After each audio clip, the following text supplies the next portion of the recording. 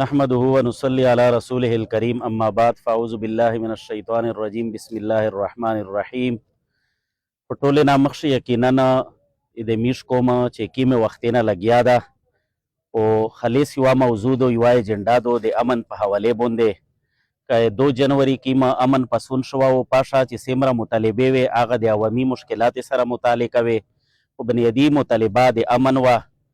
نو میش کوم پرینا چونکه سنجیده ځکه ده د امن د پوره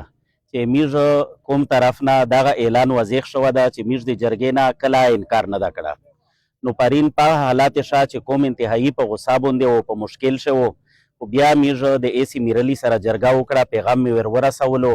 چې توسې سبا ورځ کرفیو ما کوي نو هغه الحمدلله دی تسلیم کړله نن کرفي نشته نو ورسره دی بیا نن پیغام راولږلو چې توسې جرګې ته روشئ بیا میژ ورغلي هغوی میژ د کوم طرف نه خپلې مطالبې ورته پیش کړلې چې پاشې سره فهرست د امن ول مطالبه وه او د هغې تفصیلات دا دي چې عوام مزید د مټرګلې نه چې د اندادون کیمه مټرګله چلیږي په کرې باندې لګیږي په ابودي باندې لګیږي نو د دې نه انتهایی تانګ دي او ورسره چې کیمه ډرون شي چې روزانه په حساب باندې د میش ښځینه کام ویړ کي او بوډاګون دغه زخمیون کیږي او شهیدون کیږي نو د دې نه میژ هره طبقه متاثره دو او ورسره چې کیمه میژ په چیک پوسټې باندې دی سختي لګولې دو کله ښځینه کې ځول وي په سیدګۍ باندې په ایشه باندې په نېره مختلفې چیک پوسټې باندې داسې په داتخیلې شي په شوه شي په سپیموم شي میژ ټول وزیرستان خبره کی نو دلته کې دی په چیک پوسټې باندې مختلف مشکلات راون کړي دي درېیمه مطالبه میژ دغه ورته پیش کړله چې په دې باندې د میژ سره ټوس یو عمل وشي و دینه بعد سلورمه مطالبه میژ د اکبر خان ولا پیش کړله چې اکبر خان چونکې میژ د جرګې یو سرکرده رکن و هغې د میژ ته مزید رڼو وضاحت وشي که دای وفات شوه ویه چې قبیلې ته کلي قوم ته وضاحت پته ولګېږي چې دای دلته نشته او که چیرې وي چا سره چې بیا د قوم ته حوالې شي او پنځمه مطالبه چې کیمه میژ د قوم ځنې کړې دو د معاوضې وله چې سمره زخمیون دي شهدا دي یا دیکنینه دي یا کرینه دي یا پټرول پمپینه دي یا برګینینه دي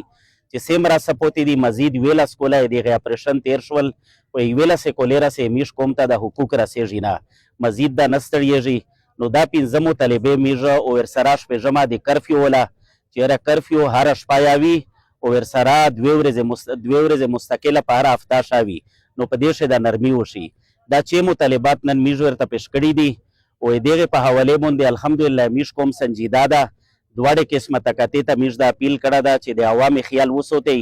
اسلام ادا سې ویایي د پاکستان آیین ادا سې ویایي قانون ادا ویایي شریعت ویایي چې ته به د خپل جنګ نه نه به بوډاګون متاثره کوي نه به عوام متاثره کوي نه به ښځینه نه ویړکي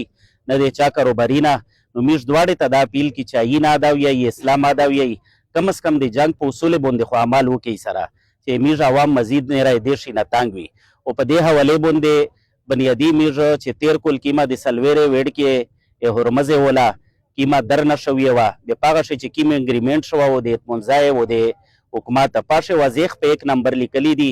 چې په هغه باندې فاو جا ساین کړه ده په باندې ډیپټي کمیشنر کړه د میژ وایي چې هغه مطالبه د میژ سره عملي ثابته کو پاشې واضح د کیمه میژ چې شپږ مطالبې دي دا واضح په شی لیکلی دي نو میژ د جی او سی صاحب نه د ډي سی صاحب نه دغه اپیل کی چې هغه غیر معاهده چې کیمه دو چې یو راسې میژ سره په لیکلې شی موجوده دو او په عمل شی نشته موجوده هغې عملي کولې طریقه د میژ ته دی وښایي نو د کوم به انشاءالله امید دا چې بیا هغه عملي لحاظ سره کله اطمینان محسوس کو هغه به انشاءالله بیا کوم مني او مزید به د روډ بندولې نوبت نرسي واخر دعوانا الحمدلله